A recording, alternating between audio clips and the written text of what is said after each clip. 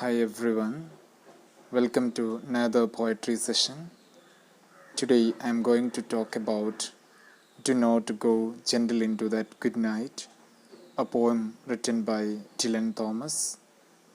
This is done for second semester BA English students under Calicut University. By the end of this session, you would be able to understand the form of villanelle. You will be familiar with the poetry of Dylan Thomas, and you would be able to identify various stylistic devices and thematic concerns in this poem. Do not go gentle into that good night. Now, let me give you a brief introduction to Dylan Thomas and his poetry. He was born in Swansea, Wales.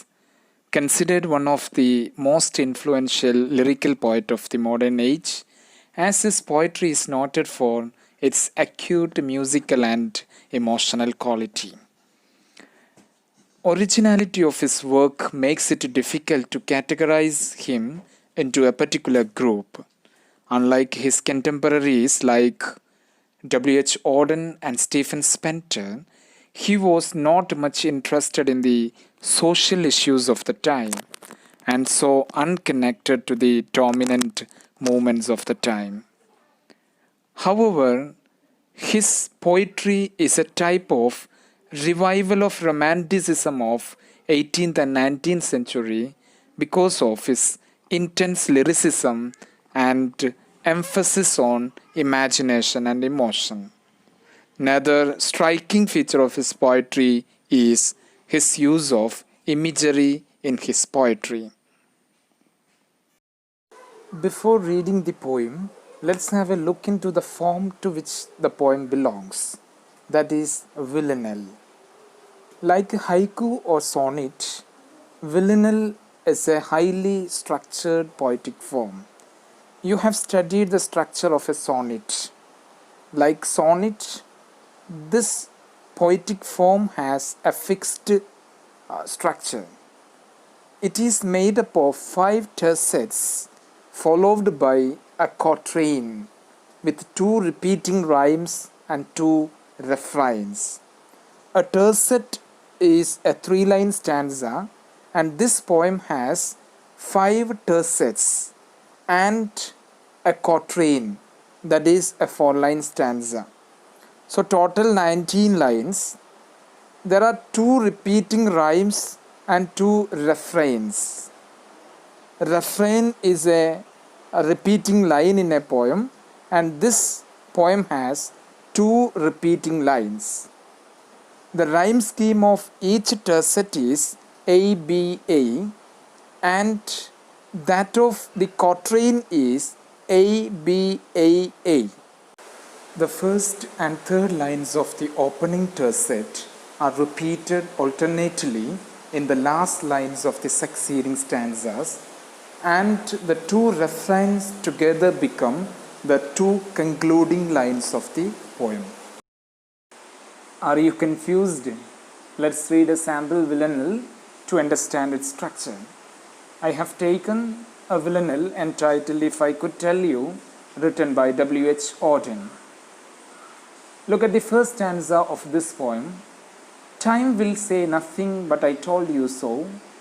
Time only knows the price we have to pay. If I could tell you, I would let you know. The first line and third line of this stanza become the refrains in this poem. That means they are repeated alternately in the last line of the succeeding stanzas. Look at the last line of the second stanza.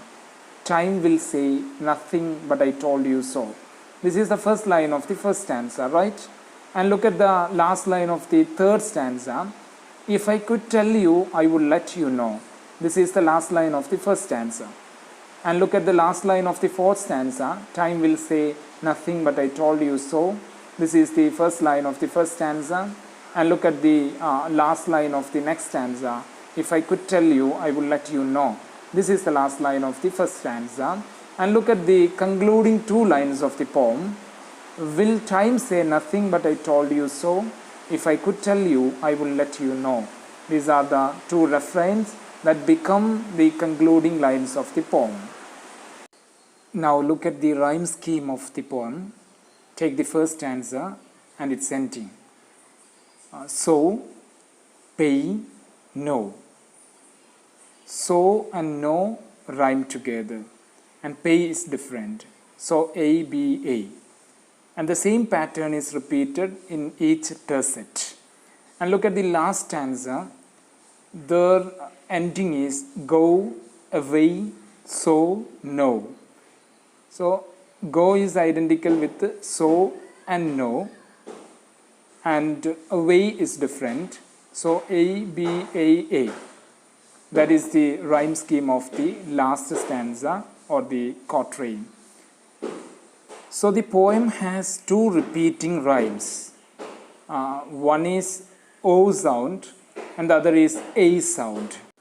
I hope it is clear to you. Would you like to know more about the form villanelle? Villanelle is a French poetic form. The word villanelle comes originally from the Italian word villano, which means rural and peasant. This Italian villanelle was a song with pastoral themes appropriate for peasant dances. But it had no fixed poetic form. The fixed quality of the present form appeared later in the poem Villanelle by a 16th century French poet Jean Pescara. Despite its French origins, the majority of villanelles have been written in English, which became a trend in the late 19th century. Poets who wrote villanelles include Oscar Wilde, an Anglo-Irish writer of 19th century, W.H. Auden, an Anglo-American poet of 20th century, and Elizabeth Bishop, an American poet of 20th century. Let's see some examples of villanelle.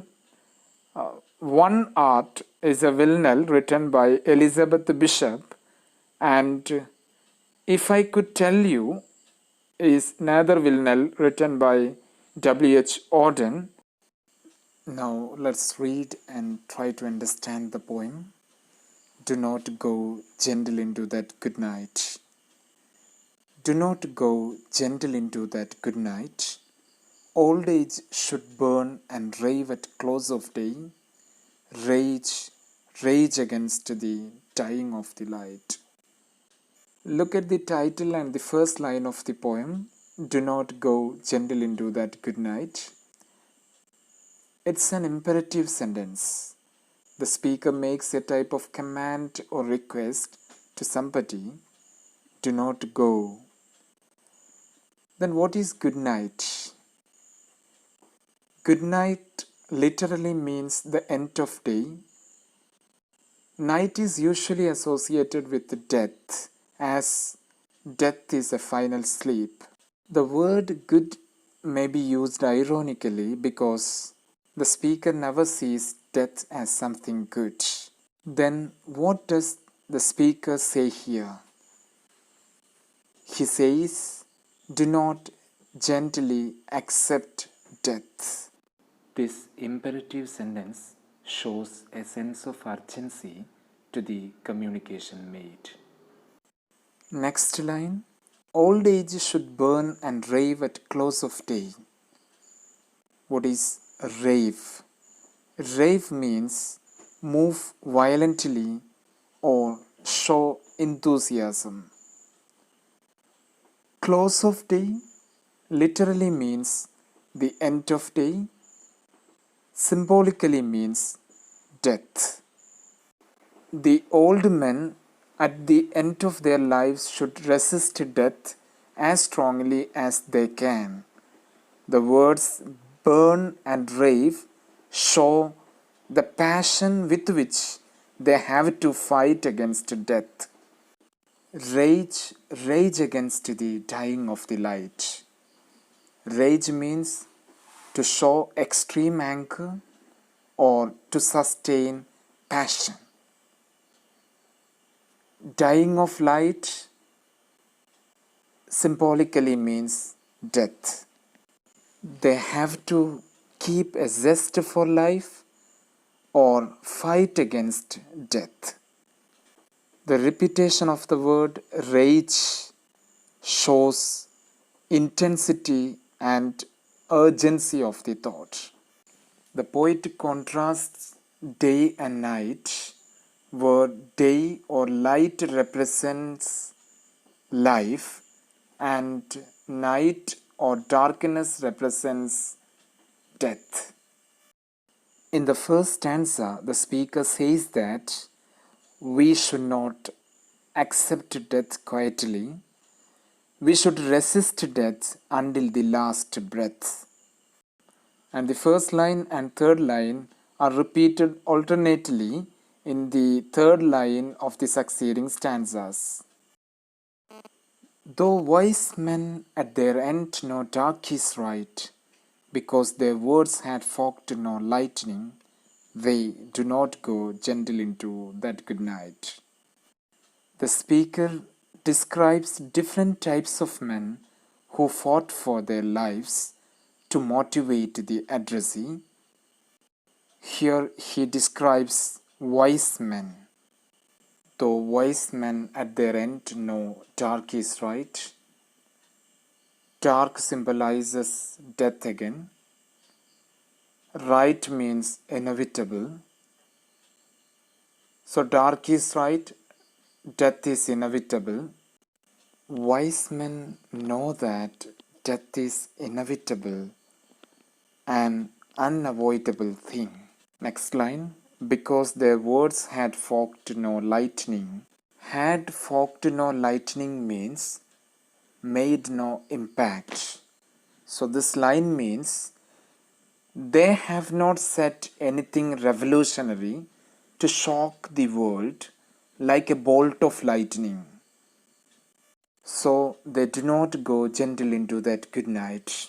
They are not ready to accept death quietly.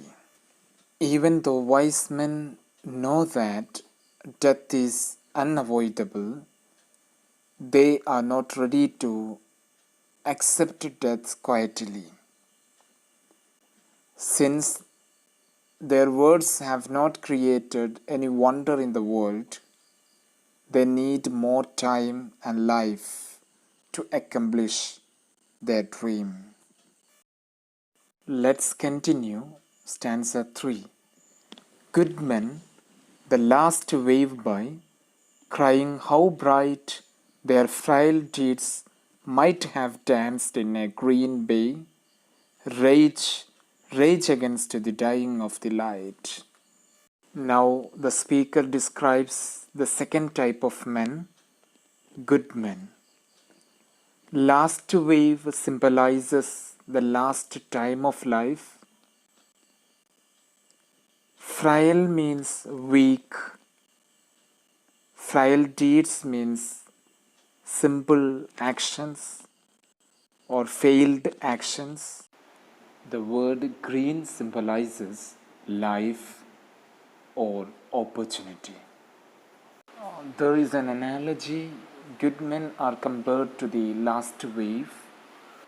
The last wave laments that how beautifully that could have danced in the bay if it could have stayed out at sea.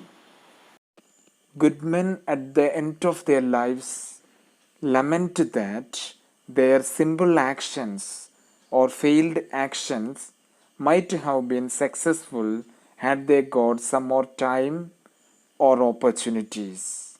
The words crying and might have show regret of the person.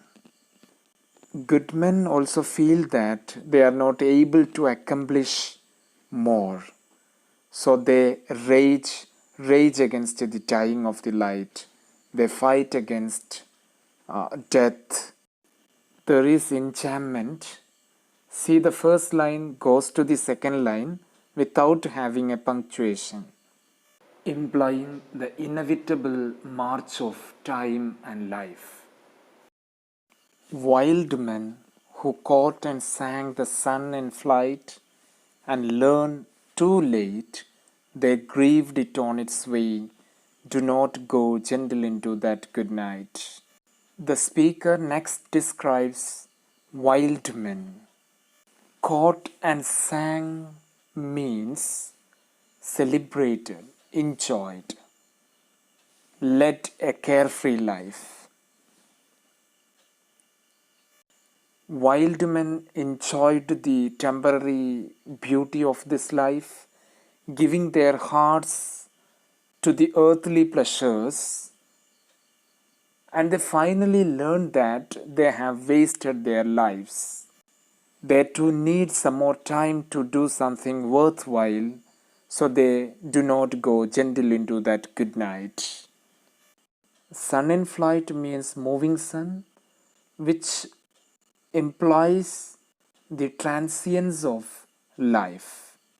They grieved it on its way means they realized their mortality. Stanza 5. Grave men near death, who see with blinding sight, blind eyes could blaze like meteors, and be gay, rage against the dying of the light. The next type is grave men. There is a pun in the word grave because it means both serious men and dying men. Blinding sight is an example of oxymoron because two opposite words are joined together. It means the decaying physical sight and the gaining insight. Blaze means burn. Meteor means a piece of rock or metal that burns brightly when it enters the Earth's atmosphere from space. The speaker says that serious people at the end of their lives feel that there is still a passion burning like meteors within the physically decaying eyes. That is a passion for life. So they never give up. They rage against the dying of the light. This is the last quatrain of the poem. And you, my father, there on the sad height, curse, bless me, now with your fierce tears, I pray. Do not go gentle into that good night, rage against the dying of the light. Here the address is revealed. The speaker is addressing to his or her dying father. And you, my father, there on the sad height. The father is dying. Sad height means on the verge of death. Curse, bless me now with your fierce tears, I pray. Curse, bless, again an oxymoron. The speaker tells his father to curse him or bless him with his tears. Do something to show that he lives, he has zest for life. The father's cry is a curse because it is heartbreaking for the speaker, and it is a bless because it shows his father's zest for life, a desire for life. So the speaker requests his father, do not go gentle into that good night, rage against the dying of the light. I hope you got this poem. A discussion on its background, themes, and structure will be done in the next video. Thank you for your patient listening.